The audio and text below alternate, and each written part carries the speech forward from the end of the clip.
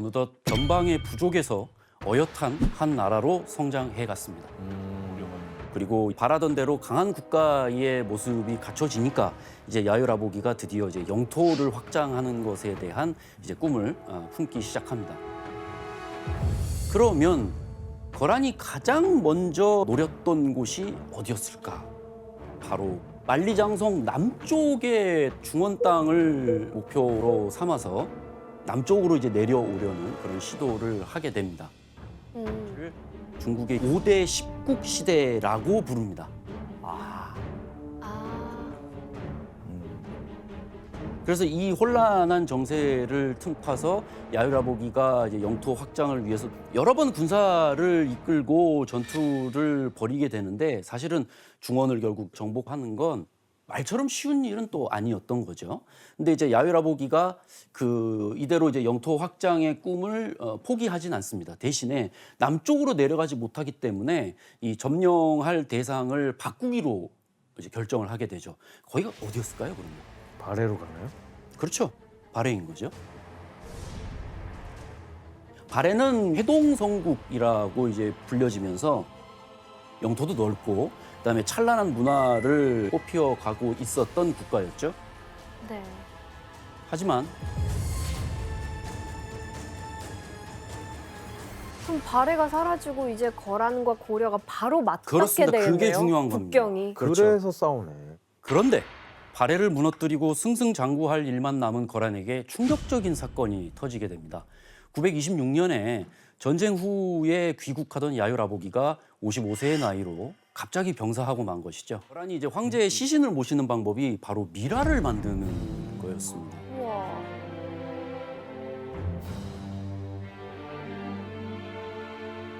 거란에서는 황제의 시신을 말린다는 의미로 제포라고 부릅니다. 그래서 거란에서는 이제 저승에서 이제 재생을 하려면 온전한 육체가 있어야 된다. 이제 또 그런 관념이 있었던 거예요. 그래서 금속망으로 이렇게 감싸는 이유는 이제 시신의 뼈가 흩어지지 않도록. 하나의 틀이 되는 거죠. 그렇습니다. 그렇죠. 예. 네. 야, 황금가면을 씌웠어요. 되게 독특하다 진짜 이 나라는. 대단한 것 같아요. 근데 과학적이네요. 잘했는데요, 그래도. 저런 과학적 지식을 가지고 있었네요. 그러니까. 그럼요. 이영 씨, 이 예상치 못했던 곳에서 미라가 발견돼 사람들이 깜짝 놀랐다면서요. 네, 놀랍게도 1000년 가량이 된 것으로 추정되는 불상 안에서 미라가 발견이 됐습니다. 내가 아까 한 게 맞네요. 말한 게 네. 맞네, 불상 그러면. 안에. 불상 안에서요? 네, 불상 안에서. 와우.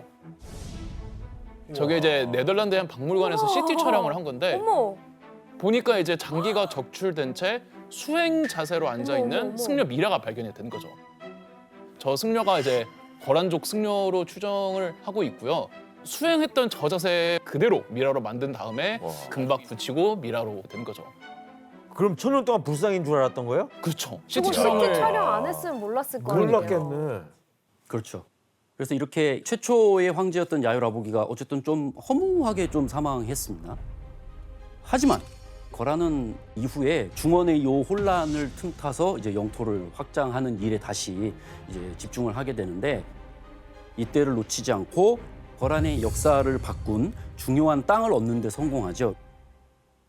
네? 이게 어떻게 되는 거예요? 이게 뭐냐면 후당 다음이 이제 후진이라고 하는 이제 국가가 들어서게 되는데 그 후진의 건국을 도와준 게 거란입니다. 그리고 거란이 도움을 주니까 그 후진의 황제가 너무 고마워가지고 연운 16주라고 해가지고 만리장성 남쪽의 땅을 줘버렸죠. 만리장성을 줘버렸네? 그렇죠. 이 만리장성 남쪽의 이 중원 땅을 거란 이전에는 북방민족이 이렇게 영토로 삼은 적이 없었습니다. 이런 거란의 좀 거침없는 행보에 제동을 거는 새로운 왕조가 등장합니다.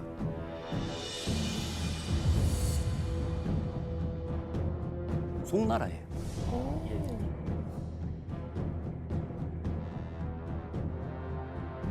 송나라의 눈에는 이 중원에 들어와 있는 거란이 눈의 가시였습니다. 이 거란이 송나라의 수도인 이 변경에 코앞에 있어서 위협적이었던 데다가 너무 가까워요. 그렇죠. 게다가 이 중원의 땅이 거란의 수중에 있다는 것은 송나라인들로서는 매우 자존심 상하는 일이었기 때문이죠. 그런데 땅을 두고 치열한 전쟁을 치르던 거란이 송나라에 대한 전략을 대대적으로 수정하는 계기가 발생하게 되는데요. 바로 거란에서 새로운 황제가 등극하게 된 것입니다. 바로 거란의 전성기를 이끈 황제 야율융서입니다. 드디어 나오시는군요. 좀 비슷하게. 그래요? 김혁 씨가 또 드라마에서 맡으신 역할이 저 야유용사잖아요. 예. 어떤 황제였나요? 그 야율용서는 어려서부터 이 책 읽기를 되게 좋아했대요. 그래서 이 문학에도 해박하고 활속이며 모든 방면에 정말 뛰어났는데 12살에 왕이 됐지만 나이가 너무 어리다 보니까 그 어머니께서 섭정을 하게 되죠.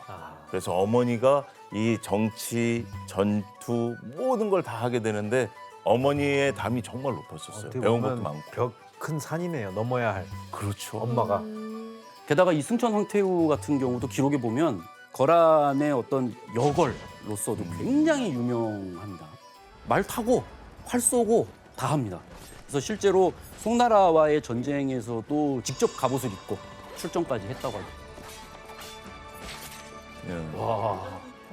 그러나 송나라의 경우에는 이제 12살이잖아요. 융서가 어린 황제가 즉위하고 또 여성이 말하자면 대신 정치를 하고 있다 무시하는 거죠. 이제 그렇게 되면은 송나라가 이때야말로 이제 우리가 거란에게 승리를 말하자면 차지할 수 있겠다라고 생각을 해서 막 총동원을 이제 하게 되고 대대적인 전쟁 준비에 이제 착수하게 되는 겁니다. 그래서 이제 송나라에서 뭔가 지금 심상치 않다, 전쟁을 준비하고 있는 것 같다라고 이제 재빨리 이제 거란이 감지를 하게 되고 한 나라에 결국은 주목을 하게 되는 거죠. 어디를 주목했을까요? 고려? 네, 맞습니다. 고려죠. 근데 당시 거란과 고려의 관계는 거의 원수지간이나 사실은 다름이 없었던 상황입니다.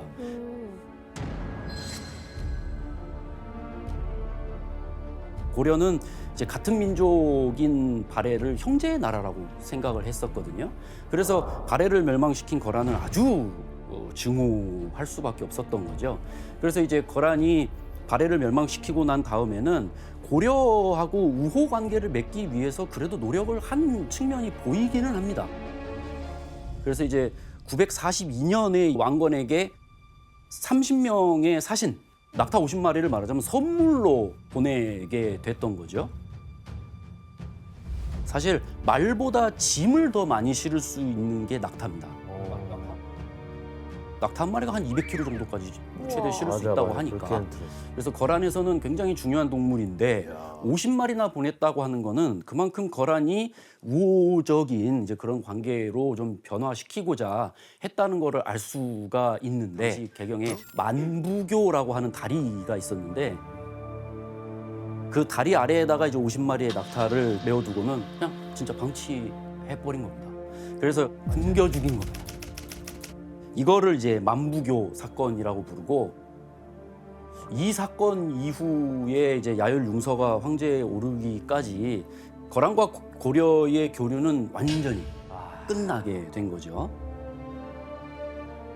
이영 씨 왕건이 거란에 대해서 유언을 남겼다면서요? 네, 이 만부교 낙타 사건의 끝이 아니라 이제 왕건이 사망하기 직전에 고려의 후임 국왕들에게 고려 국왕으로서 반드시 지켜야 될 지침서 10가지를 이제 훈요십조라고 유훈을 남기게 되는데 그 중에 하나가 거란은 짐승과 같은 나라로 풍속이 같지 않고 말도 다르니 의관 제도를 삼가 본받지 말라라고 했어요. 와. 네, 그만큼 이제 왕건 입장에서는 발해를 멸망시킨 이 거란에 대해서 억하심정을 가지고 있었고 실제로 태조왕건 이후의 고려 국왕들은 절대로 이제 거란과 교류하지는 않았습니다. 아, 그런 유언이 있었구나. 네.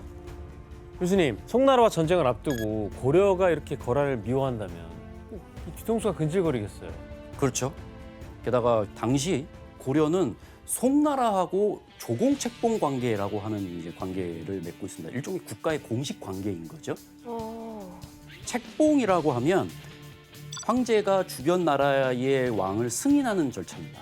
그리고 조공은 책봉을 받은 나라가 이제 황제를 섬기면서 선물을 바치는 그걸 이제 조공책봉 관계라고 부르는 거거든요. 그러니까 전쟁을 지금 거란이 앞두고 있는데 어떻게 보면 송나라와 고려가 한 편인 상황이니까 그런 고려가 후방에 있다라고 하는 게 사실 굉장히 신경 쓰이는 일인 거죠. 그러겠네요. 그래서 거란은 본격적으로 거란이 송나라로 딱 진출하기에 앞서서 우선 고려부터 좀 정리하자. 정리를 하자. 이제 이런 생각을 하게 된 겁니다. 상황이 이렇게 되니까 송나라와의 전쟁에서 승리를 하려면 이제 거란이 취할 수 있는 방법이 이제 한 가지밖에 남지 않게 되죠. 어떤 걸까요? 고려 쳐야죠. 그렇죠. 네. 침략. 그렇죠. 그렇죠. 바로 뭐 무력으로 이제 굴복시키는 방법밖에 없겠죠. 그래서 이 거란이 이제 명장 소손영이라고 하는 인물을 앞세워서 이제 고려를 침공하게 됩니다. 이게 이제 993년 이제 고려 6대 왕 성종 때 벌어진 1차 고려 거란 전쟁. 신족들이 그러니까 시족 단위로 이렇게 흩어져서 자리를 잡고 있었던 곳이었습니다. 우선 강동 육주라고 하는 이 지역이 거란과 고려가 지금 이제 압록강을 사이에 놓고 있는 지역인데 사실 이 지역을 제외하면 고려의 북쪽 지역 대부분은 산세가 굉장히 험한 산악지대가 됩니다. 그래서 이제 거란이 고려를 침공하기 위해서 그나마 빠르게 내달릴 수 있는 수월한 루트였다고 생각을 하시면 될 것 같습니다. 그렇기 때문에 거란도 그렇고 고려도 그렇고 모두가 다 탐내는 요충지다. 그런 의미가 있는 거죠. 요충지. 그래서 이 강동 육주 쪽으로 내려온 거란군과 고려 군대가 처음 맞붙은 곳이 여기 지금 봉산군이라고 되어 있습니다. 그래서 봉산군을 점령하고 그 다음에 이제 거란의 소손영이 고려에 이제 서신을는 의견이 두 가지로 나뉩니다. 하나는 그냥 완전히 항복을 하자. 또 하나는 영토를 떼어주자. 그러면 안 내려오겠지. 그러면 만약에 이제 여러분이 고려 조정의 뭐 신하다. 그러면 이때 어떤 선택을 하셨을까요? 영토 떼어주는 건 좀 영토 굴욕적이지 않나? 영토 떼어주죠. 뭐 저기 산맥 저 맨 밑쪽에 저기 봉우리 쪽에. 못 쓰는 땅. 놀리는 거 아닌가요? 그렇죠. 근데 초반에 기싸움에서 너무 밀리면 안 될 것 같아요. 그건 그렇죠. 근데 당시 신하들은 거란에게 영토를 떼어주자. 이게 좀 많았습니다. 근데 이때 이 일을 반대하는 인물이 나오게 되는데 그 사람이 바로 우리가 잘 알고 있는 서희. 라는 거기서 사람입니다. 나오는군요. 네. 서희는 고려의 외교관으로서 3대가 정승을 지낸 명문 가문 출신이었고 거란군하고 한번 승부를 보자 라고 주장을 했었던 사람이죠. 근데 교수님 서희는 대체 어떤 자신감이 있었길래 다른 신하들과는 다른 주장을 펼친 거예요? 우선 거란이 이 봉산군이라고 하는 지역을 점령을 하고 난 다음에 더 이상 남쪽으로 내려오지는 않고 계속 항복해라. 이제 이런 위협만 계속하고 있었던 겁니다. 그래서 아마 서희 입장에서는 쟤네 조금 이상하다라는 생각을 분명히 했을 거고요. 그리고 거란의 어떤 진짜 목적이 고려를 한편으로 만들려고 하는 거지 전쟁을 막 하면서 정복을 하고자 하는 뜻이 없다는 거를 이제 간파한 서희가 직접 소손영을 찾아가서談판을 하게 되는 거죠. 이를 서희의 외교談판이라고 부릅니다. 겁도 없으시다가 저 찾아간 게. 그러니까요. 그렇죠. 죽을 수도 그것도 어떻게 있는데. 보면 참 대담한 거라고 할 수 있는데 와. 두 사람이 이제 회담에서 나눈 대화를 한번 지원 씨하고 규현 씨하고 같이 한번 읽어주시면 될 것 같습니다. 거란, 저는 이제 고려. 기대됩니다. 고려는 거란과 국경을 맞대고 있는데도 바다 건너 송나라를 섬겼으므로 군사를 이끌고 온 것이다. 지금 여진족이 거란과 고려 사이에서 도적질을 하면서 길을 막고 있어. 바다 건너 송나라보다 거란으로 가는 것이 더 어려울 정도요. 만약 여진을 내쫓게 해준다면 거란의 조공을 바치도록 하겠어요. 만약 고려가 강동 육주의 땅에 세력을 구축한 여진족을 토벌하게 해준다면 거란과 조공 책봉 관계를 맺겠다는 거였죠. 이 말은 곧 강동 육주의 땅을 고려가 가지겠다는 것이었습니다.